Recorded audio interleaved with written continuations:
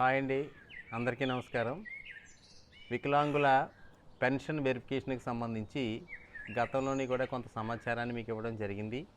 అయితే ప్రస్తుతం ఇంకొంచెం వివరంగా మీకు చెప్పాలనే ఉద్దేశంతో మరొకసారి ఈ పెన్షన్స్ వెరిఫికేషన్కి సంబంధించినటువంటి సమాచారాన్ని మీకు తెలియజేస్తున్నాము.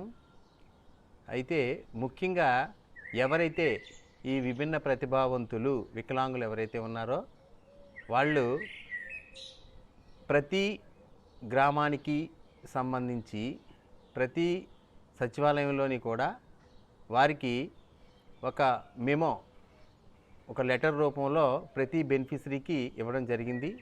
ఆ లెటర్ మీద మీకు ఎప్పుడు క్యాంపుకి రమ్మన్నారు, మీరు ఎప్పుడు అటెండ్ కావాలనే సమాచారం క్లుప్తంగా ఉంటుంది.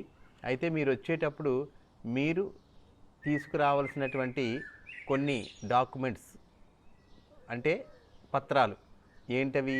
ఆధార్ కార్డు, రేషన్ కార్డు, మీకు ఇచ్చినటువంటి సచివాలయం నుంచి ఇచ్చినటువంటి నోటీస్ కాపీ, అలాగే దాంతోపాటు గతంలో మీరు సదరం సర్టిఫికేట్ తీసుకునే ఉన్నారు ఆన్లైన్ది, అదొక కాపీ తీసుకురావాలి. ఇంకా ముఖ్యంగా ఏంటంటే మీకు ఏదైనా యాక్సిడెంటల్గా గతంలో మీకు కొంత ఇన్సిడెంట్ అనేది, అంగవైకల్యం అనేది మీకు రావడం జరిగింది.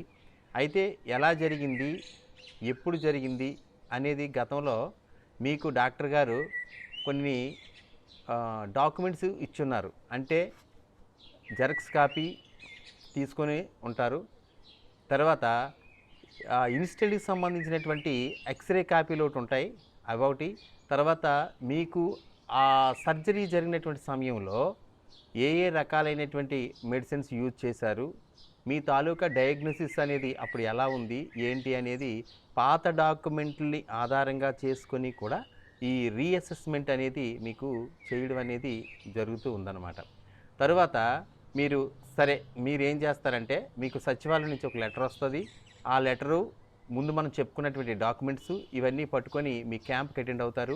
మీ క్యాంప్కి అటెండ్ అయినటువంటి తరుణంలో ఆ క్యాంప్ దగ్గర మీకు ఏ రకమైనటువంటి ఇబ్బందులు పడకుండా ఏ శాఖకు సంబంధించినటువంటి శాఖ వాళ్ళని అక్కడ డిపార్ట్మెంట్ వారీగా అలొకేట్ చేయడం జరిగింది. మీరు ముందుగా కౌంటర్లోకి వస్తారు.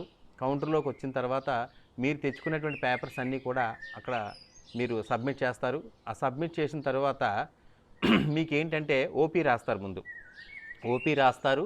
అలాగే మీ తాలూకా డిజేబిలిటీ స్ట్రాటజీని కాల్కులేట్ చేయడానికి డాక్టర్ గారు ఒక 9 పేజీల కేస్ షీట్ని ఒకటి మీకు యాడ్ చేయవలసి ఉంటుంది. ఆ కేస్ షీట్ మీద మీ తాలూకా ఆధార్ నెంబరు, మీ పేరు, మీ మొబైల్ నెంబరు మొత్తం అన్నీ రికార్డ్ చేయడం జరుగుతుంది. ఆ రికార్డ్ చేసిన తర్వాత ప్రతి క్యాంప్కి కూడా 2 డిఎల్ని అంటే సచివాలయానికి సంబంధించినటువంటి డిజిటల్ అసిస్టెంట్స్ని డేటా ఆపరేటర్గా ఆ వెన్యూలోనే వాళ్ళని ఏర్పాటు చేయడం జరిగింది. వారు ఏం చేస్తారంటే మీ పెన్షన్ ఐడితో కానీ లేదా మీ ఆధార్ ఐడితో కానీ వాళ్ళు ఏం చేస్తారంటే ఆన్లైన్ అటెండెన్స్ తీసుకుంటారు. ఖచ్చితంగా క్యాంప్కి అటెండ్ అయినటువంటి వాళ్ళందరూ కూడా ఆన్లైన్ అటెండెన్స్ తీసుకోవాలి. ఈ అటెండెన్స్ తీసుకున్న తర్వాత అక్కడ మీరు నేరుగా డాక్టర్ గారి దగ్గరికి వెళ్తారు. ఆ డాక్టర్ గారి దగ్గరికి వెళ్ళినప్పుడు మీరు ఎవరు కూడా ఏ రకమైనటువంటి భయాందోళనకి కూడా గురి అవ్వాల్సినటువంటి పరిస్థితి అయితే అక్కడ ఏమీ లేదు. మీరు ప్రశాంతంగా డాక్టర్ గారు పిలుస్తారు. డాక్టర్ గారు మీకున్నటువంటి సమస్యని పూర్తిగా తెలుసుకుంటారు. తెలుసుకొని ఒకవేళ బై బర్త్ వచ్చినట్లయితే ఓకే, అలా కాకుండా మధ్యలో ఏదైనా ప్రమాదవశాత్తు మీకు ఏదైనా అంగవైకల్యం సంభవించినట్లయితే వారిని కూడా క్షుణ్ణంగా మళ్ళీ పరిశీలించి ఆ పరిశీలించిన మీదట మీరు వెంటనే అక్కడి నుంచి వెళ్ళిపోమంటారు. మీరు వెళ్ళిపోవచ్చు.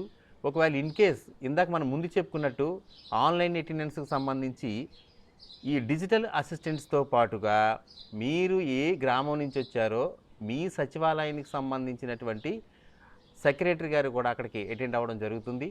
వారు కూడా మీ తాలూకా ఆన్లైన్ అటెండెన్స్ అనేది తీసుకుంటారు. ఒకటి. ఇకపోతే మీకు ఎవరికైనా మీరు గతంలో వాడినటువంటి ఏదైతే ప్రీవియస్ సర్టిఫికేట్స్ అనగా ఏదైనా ప్రమాదవశాత్తు మీకు సర్జరీ అయ్యింది, ఆ రోజు కొన్ని ఇబ్బందులు వచ్చాయి, సరే దురదృష్టవశాత్తు డిజేబిలిటీ అనేది ఏర్పడడం జరిగింది. అయితే ఆ డిజేబిలిటీ ఏర్పడిందని గతంలో మీరు సర్టిఫికేట్ తీసుకున్నారు. కానీ ఇప్పుడు మళ్ళీ రీఅసెస్మెంట్ అని చెప్పేసి పునర్పరిశీలన, ఈ పునర్పరిశీలన కార్యక్రమంలో మళ్ళీ మీరు గత డాక్యుమెంట్స్ కూడా తీసుకొని మనం రమ్మని చెప్తున్నాము. కానీ ఒకవేళ ఇన్ కేస్ ఎక్కడైనా ఎవరికైనా ఏదైనా బై మిస్టేక్ పాత డాక్యుమెంట్స్ ఏమైనా మిస్ అయిపోయినట్లయితే, అయ్యో డాక్టర్ గారు నాకు పాత జెరాక్స్లు అడుగుతున్నారు కానీ నా దగ్గర ఏమీ లేవు, నా దగ్గర ఎక్స్రేలు కూడా ఎక్కడో పోయినాయి అని అనుకుంటారు. కానీ ఏం భయపడొద్దు. ఎవరికైనా ఎక్స్రే తీయించుకోవలసినటువంటి పరిస్థితి వచ్చినటువంటి తరుణంలో మీకు ఆ వెన్యూలోనే మీకు ఎక్కడైతే క్యాంపు అటెండ్ అయ్యారో ఆ క్యాంపు హాస్పిటల్లోనే మీకు పక్కకి వెళ్తే వెంటనే డాక్టర్ గారు రిఫరల్ రాస్తారు. ఆ వెంటనే వితిన్ మీకు 15 నిమిషాల్లో మీకు ఎక్స్రే అనేది ఇవ్వడం జరుగుతుంది. అది ఒకటి. తరువాత మీకు ఇక్కడ మస్కులర్ డిసీజెస్ సంబంధించినటువంటి వాళ్ళు చాలామంది క్యాంపుకు వస్తూ ఉంటారు. ఆ వచ్చినటువంటి సమయంలో ఖచ్చితంగా వారికి కావలసినటువంటి సౌకర్యార్థం వాళ్ళకి వీల్ చైర్స్ కూడా వాళ్ళకి ఏర్పాటు చేయడం అనేది జరిగింది. ఓకే. ఇకపోతే మనకి విజువల్ ఇంపైర్మెంట్ అంటే మొదట మనం ఆర్థోపెడికల్లీ హ్యాండిక్యాప్డ్ అనగా లోకోమోటార్ శారీరక వికలాంగుల గురించి అయితే మనం తెలుసుకున్నాము. ఇకపోతే సెకండ్ రకం ఏంటంటే విజువల్ ఇంపైర్మెంట్, దృష్టి లోపం లేదా అంధత్వం అంటారు.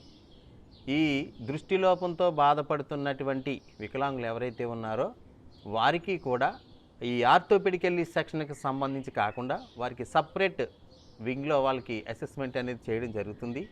వాళ్ళు కూడా ముందు మనం చెప్పుకున్నటువంటి డాక్యుమెంట్సే తీసుకొని రావాల్సి ఉంటుంది. ఆ తీసుకొని వచ్చినటువంటి డాక్యుమెంట్స్ని యథావిధిగా ఆ సంబంధిత డాక్టర్ గారు అలాగే అక్కడ మనకి విజన్ చెకప్కి సంబంధించినటువంటి ఆ చెకింగ్కి సంబంధించినటువంటి మనకి ఆప్థమాలజిస్ట్ ఉంటారు, వారు కూడా పరిశీలిస్తారు.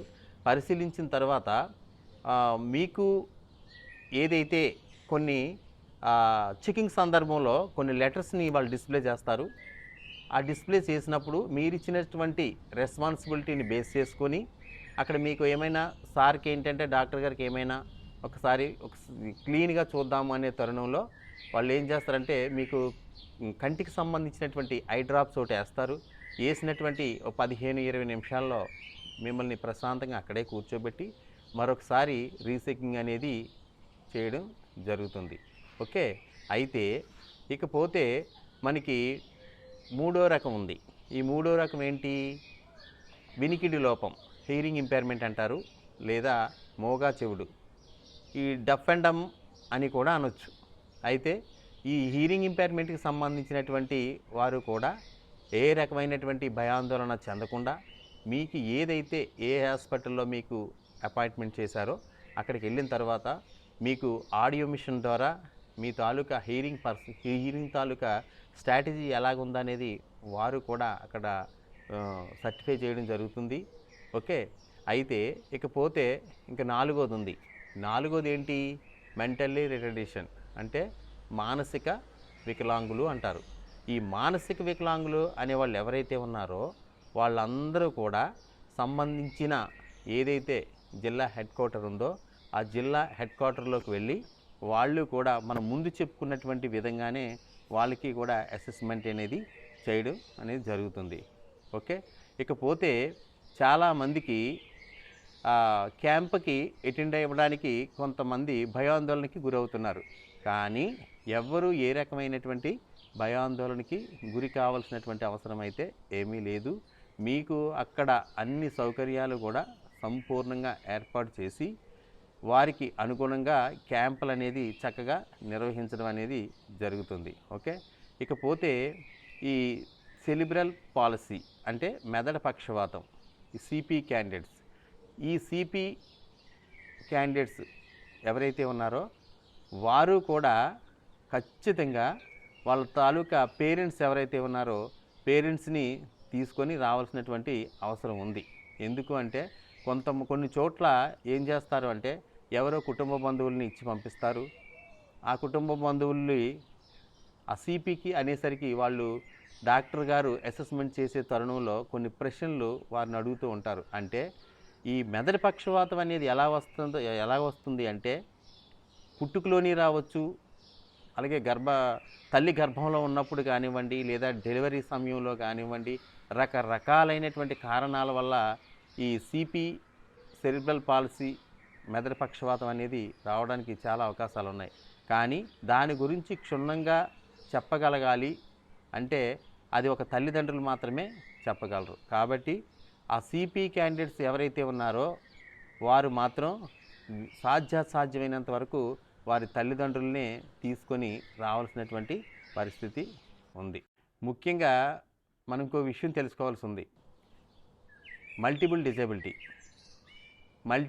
డిజేబిలిటీ అనగా ఒకే రకమైనటువంటి ఇబ్బంది కాకుండా ఒక వ్యక్తికి 4-5 రకాలైనటువంటి సమస్యతో బాధపడుతూ ఉండొచ్చు. ఉదాహరణకు ఆయనకి కాలు పోలియో ఉంది, అలాగే దృష్టిలోపం కూడా ఉంది. అదే వ్యక్తికి దురదృష్టవశాత్తు పాపం చెవులు వినిపించు. అంటే 2-3 రకాలైనటువంటి డిజేబిలిటీతో కొంతమంది బాధపడుతూ ఉంటారు. వారు ఏంటంటే మాకు ఓన్లీ కాలుకి సంబంధించిన సర్టిఫికేట్ మాత్రమే ఉంది, మరి మిగతా సమస్యలు కూడా మాకు ఉన్నాయి అని వాళ్ళు అనుకోవచ్చు. వాళ్ళకి కూడా ఏం చేస్తారంటే, ఫర్ ఎగ్జాంపుల్ ఒక వ్యక్తికి 40% వైకల్యంతో శారీరకంగా బాధపడుతూ ఉన్నాడు, కానీ అదే వ్యక్తికి 2 చెవులు పూర్తిగా పనిచేయకపోవచ్చు. ఇంకొక వ్యక్తికి 2 కళ్ళు పూర్తిగా అదే వ్యక్తికి లేకపోవచ్చు. అప్పుడు ఏం చేస్తారు అంటే దీన్ని మల్టిపుల్ డిజేబిలిటీ కింద పరిగణలో తీసుకొని ఫిజికల్ మూమెంట్కి సంబంధించినటువంటి ఎంత డిఫార్మిటీ ఉంది అనేది ఆర్థో డాక్టర్ గారు సర్టిఫై చేస్తారు. అదే వ్యక్తికి ఈ మనం చెప్పుకున్నట్లు హీరింగ్ ఇంపైర్మెంట్ అని అనుకున్నాం, పాపం చెవులు వినిపించలేనటువంటి కోణంలో చూసినట్లయితే అక్కడ ఆడియాలజిస్ట్ ద్వారా మనకి ఈఎన్టీ డాక్టర్ గారి ద్వారా కూడా ఆ డాక్టర్ గారి తాలూకా ప్రిఫెక్షన్ ఏదైతే ఉందో అది కూడా దీనికి యాడ్ అవుతుంది. అదే వ్యక్తికి చూపు లోపం కూడా ఉండొచ్చు. చూపు లోపం కూడా ఉన్నటువంటి వ్యక్తికి ఏం చేస్తారు, ఈ విజువల్ ఇంపైర్మెంట్కి సంబంధించినటువంటి ఐ డాక్టర్ గారు ఎవరైతే ఉన్నారో ఆ డాక్టర్ గారిని కూడా పునర్పరిశీలన చేసి ఈ 3 క్రోడీకరించి వారికి ఫైనలైజేషన్ చేసే అవకాశాలు ఉన్నాయి. కాబట్టి ఈ రకంగా ఏదైతే 2-3 రకాలైనటువంటి డయాగ్నోసిస్తో బాధపడుతున్నారో వాళ్ళనే మనం ఏమంటామంటే మల్టిపుల్ డిజేబిలిటీ అంటాం. ఓకే, అయితే మీరు చాలా చోట్ల మీకు కనిపిస్తూ ఉంటారు, ఈ మెంటల్లీ రిటార్డేషన్ అనే వ్యాధితో వాళ్ళు బాధపడుతూ ఉంటారు. వాళ్ళు ఏంటంటే బై బర్త్ వాళ్ళ తాలూకా ఇండికేటర్స్ ఎలాగ ఉంటాయంటే ఆ పిల్లల తాలూకా ఇండికేటర్స్ పాపం వాళ్ళకి మతిస్థిమితం ఉండదు, కాళ్ళు పనిచేయవు, చేతులు పనిచేయవు, వీల్ చైర్లోనే వాళ్ళు పరిమితం అయిపోయి ఉంటారు. వాళ్ళకి ఏంటంటే 2 రకాలైనటువంటి సమస్యతోని కూడా బాధపడుతున్నారు. ఒకటి మానసికంగా కూడా సమస్యతో ఉన్నారు, 2 శారీరకంగా కూడా సమస్యతో ఉన్నారు. సాధారణంగా ఈ 2 రకాలైనటువంటి వైకల్యంతో బాధపడుతున్నటువంటి పిల్లలు ఎవరైతే ఉన్నారో వాళ్ళు కూడా మనం మల్టిపుల్ డిజేబిలిటీ పరిధిలోకే రావాల్సిన అవసరం ఉంది.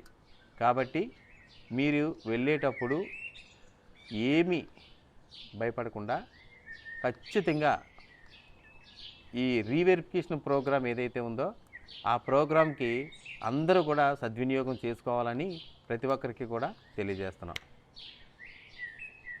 అయితే ఫస్ట్లోనే మనం మాట్లాడుకున్నాం, కొంతమందికి ఒక సందేహం రావచ్చు, మీకు సచివాలయం నుంచి ఒక మెమో మీకు లెటర్ ఇస్తున్నారు సచివాలయం వాళ్ళు.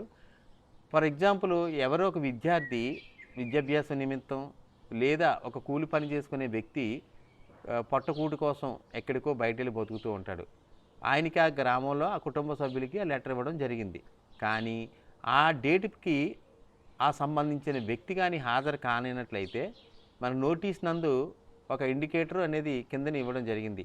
మీరు ఒకవేళ ఈ క్యాంప్కి కానీ మీరు అటెండ్ కాలేనట్లయితే మిమ్మల్ని అనర్హులుగా భావించి మీ పెన్షన్ రద్దు చేయబడుతుంది, ఆపబడుతుంది అనేసి కిందన ఉంది. ఓకే, మీరు అలాంటి తరుణంలో ఖచ్చితంగా మీరు ఏం చేయాలంటే లెటర్ వచ్చినప్పుడు మీ కుటుంబ సభ్యుల ద్వారా సమాచారాన్ని తెలుసుకొని మీ సచివాలయం పరిధిలో ఉన్నటువంటి వెల్ఫేర్ అసిస్టెంట్ గారికి మీ కుటుంబ సభ్యుల ద్వారా కానీ మీ ద్వారా కానీ ఒక సమాచారాన్ని అంటే ఒక లెటర్ రూపంలో మేము బయట ఉంటున్నాము, ఖచ్చితంగా క్యాంప్కి అటెండ్ అవుతాము అని చెప్పేసి ఒక లెటర్ సమర్పిస్తే సరిపోతుంది. ఇబ్బంది ఏమీ పడవలసిన లేదు. అయితే ముఖ్యంగా ప్రతి ఒక్కరూ కూడా ఆ అలసత్వం వహించకూడదు. ఇందులో ఖచ్చితంగా ఈ పునర్పరిశీలన, ఈ పెన్షన్ రీవెరిఫికేషన్ క్యాంప్కి మాత్రం అందరూ ఖచ్చితంగా అటెండ్ అవ్వాలని కోరుకుంటూ, అలాగే ఈ విషయం ఈ న్యూస్ చూస్తున్నటువంటి మన ప్రేక్షకులందరూ కూడా ఈ ఛానల్ని సబ్స్క్రైబ్ చేసుకొని లైక్ చేస్తారని కోరుకుంటూ సెలవు తీసుకుంటున్నాం. Thank you for all.